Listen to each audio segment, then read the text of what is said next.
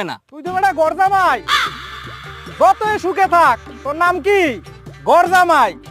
এই খবরদার, ও সামলাই কথা কও। কি আর গরজামাই? আমি কোনো গরজামাই না।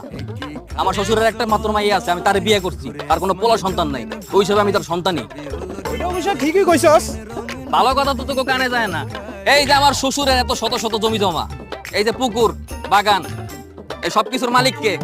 আমিই তো। আমি যদি সবকিছু না পাইতাম, আমি কি বেটা দোলারে বিয়ে করি? দোলার মতো মাইয়া রে। হ্যাঁ, একটু চালাক হ।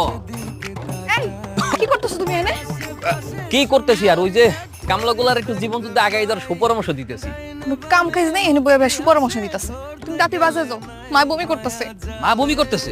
আরে মা বমি করছে, বমি তো অত আহামরি কিছু না, এটা তো সামান্য কিছু, এত উতল হইলে চলবে না। মনসুরে ফার্মেসিতে যাও, গিয়ে দুটো গ্যাসের টেবলেট মেরে তো তালি হয়ে যাবে।